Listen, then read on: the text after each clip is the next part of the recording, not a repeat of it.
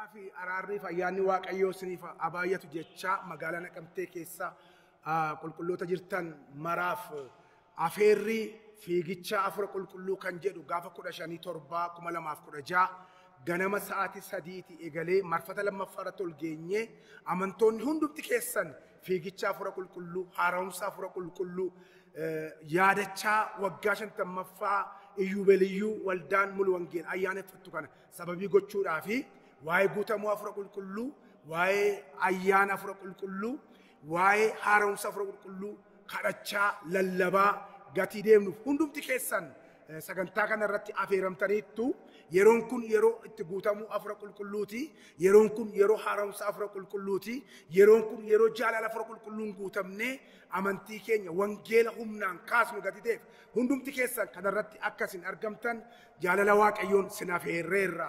Kanaaf deemsi keenya marfata lammaffaa irraa jalqabee hamma jiituutti ta'a. Walumaa gala kiiloomeetira 3.4dha. So kanaaf dargaggoonni keessumattiyyuu sekuritiin haalli nageenyaa hundinuu kan hojjetu nuun dargaggootadha waan ta'eef dargaggoonni keenya waldaarraa kaanee gaafa marfata lammaffaa dhufnu marfata lammaffaa irraa deemnee gaafa dhufnee amma waldaa lakkoofsa tokkotti gaafa deemnu karaa jiituurraa naannofnee jechuudha.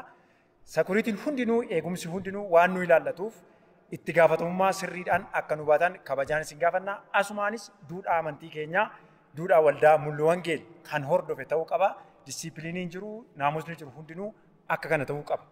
Nagaan waaqayyoo abbaa kan ilmaa kan afura qulqulluu sadan waaqa tokko hunda keessaniif abaayatu jechaa amantoonni magaalaa Naqamtee keessa jirtan hundumti keessan baga gammaddan baga gammanne baga waliidhaan gammanne ayyaana waggaa 50ffaa akka mul'uu wangeelii magaalaa Naqamtee keessatti kabajachuutti waan jirruuf kanaaf torban darbe gaafa 8tti kaasnee saaqinsi isaa waan jalqabeef guyyaa kana ammoo gaafa 15 ji'a 7ffaa 2016 irratti immoo fiigicha afur qulqulluu waan jiruuf waldaadha sa'aatii 2 kaanee hamma mazooriyaa yookiin marfata lammaffaatti sa'aatii 3 geenye sa'aatii 3 hamma sa'aatii 3 walakkaatti iddoo sana turree sa'aatii 3 walakkaadha kaanee immoo iddoo kana gaafa geenyu sa'aatii 4:10 kaasnee iddoo kanatti kitaaba dhimma seenaa waldaa mul'uu wangeel magaalaa Naqamtee keessatti bu'uureffamte seenaa waldotaa hundumaa kan qabate kitaabii waan eebbifamuuf kanaaf hundumti keessan iddoo kanatti akka afeeramtan akka argamtan isiniin jechaa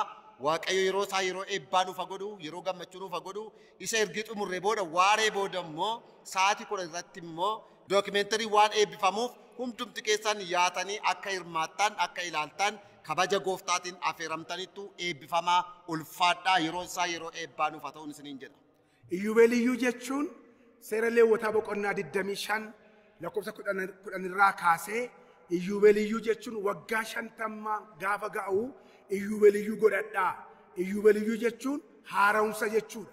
Iyyuubeliyyuu jechuun nagaa jechuudha. Iyyuubeliyyuu jechuun gammachuu jechuudha. Iyyuubeliyyuu jechuun birbaduu ba'uu jechuudha. Iyyuubeliyyuu jechuun boojuu saammachuu jechuudha. Iyyuubeliyyuu jechuun dhaala ofiitti galuu jechuudha. Kanaaf iyyuubeliyyuun isiniif